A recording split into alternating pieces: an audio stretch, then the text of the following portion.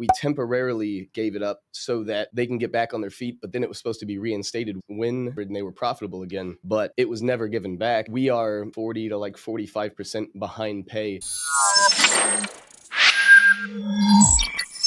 We're grateful to have Jacob Williams with us in studio today. Jacob, thanks for taking the time. You're a UAW member, right, in the Missouri area? You guys are on strike right now. You're a 20-something-year-old. We thought you'd be a great guest, and we're grateful that you gave us some time today. First of all, tell us a little bit about yourself and what you do with the UAW. I'm a line worker.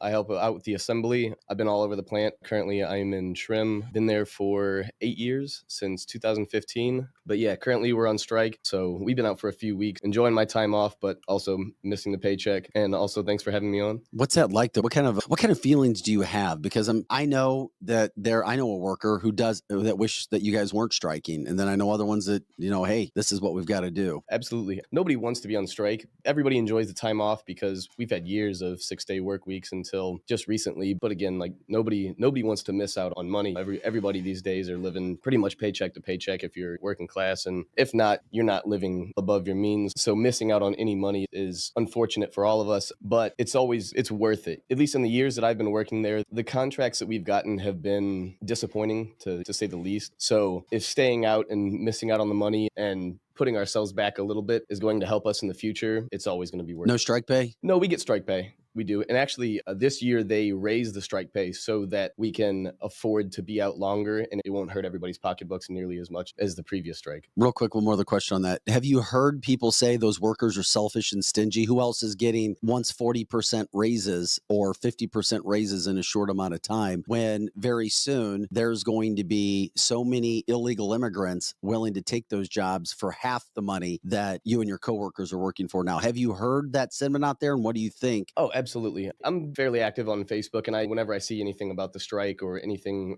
revolving around us, I try to look through the comments and see what the public feels about it. And for the most part, a lot of people are on our sides because people understand wages have not kept up with inflation. We haven't had raises, especially since COVID, with everything doubling in price, especially food and whatnot. I don't understand the people that say that asking for a raise like that is too much or is greedy because, again, like who else is keeping up with inflation? And the 40% isn't just an arbitrary number that we pulled out of a hat. In 2008 and 2009, whenever we helped out the big three, GM in my case, whenever we helped them out with their financial hardships, we gave up the cost of living adjustments. And let me rephrase that. We temporarily gave it up so that they can get back on their feet, but then it was supposed to be reinstated when they financially recovered and they were profitable again, but it was never given back. So we are roughly 40 to like 45% behind pay if we hadn't given up those concessions. And that's why we're asking for it back. It's not because, again, we didn't just pick a number out of a hat. There's a reason we're asking for that number particularly. We're talking with Jacob Williams. He is a 20-something-year-old working for GM, UAW worker. Do you feel as if the companies are really doing well from the auto industry? Because all reports that we see in the general public are they haven't really recovered, and now the whole electric vehicle it's not working for any of the companies, and that disaster is on the horizon. No, absolutely. They've been bragging about record profits. Okay. Almost since I started working there. I haven't seen and granted, I wasn't there in 08, 09, whenever they had the financial hardship, so I don't know what that looked like. But everything that I've seen since I've been working there year after year has been breaking records. We had more profit this year than the previous year, whether 10, 20%. I don't know the actual numbers on that, but I haven't seen anything saying that they aren't doing financially well for themselves. Even during COVID, whenever we had layoffs and we weren't working, GM was making more profit than they were whenever we were on the line making the vehicles. And I have a question for you. It seems to be, look, we're a conservative show. And so even on our chat line today and other times, people are split, even in the conservative realm, about is the strike good? Is the strike not good? And I was like that at the beginning too, thought you probably are asking too much.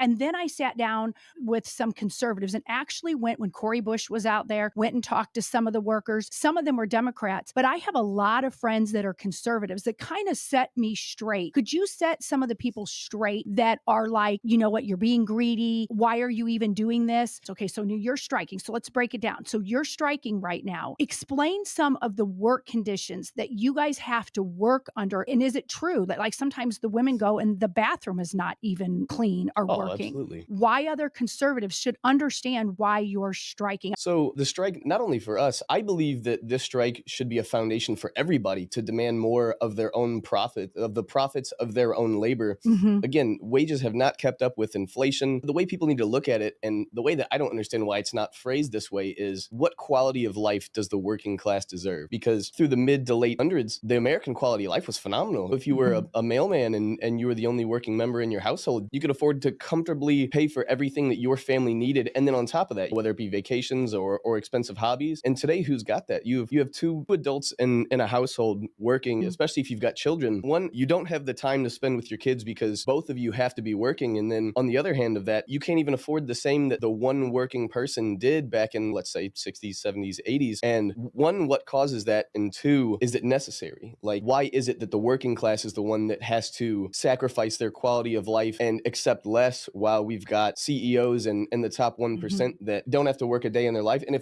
if we were paid what, the CEO of GM made, I could retire next week, if I could say one thing. Say it, and then we'll say goodbye to you. Please do.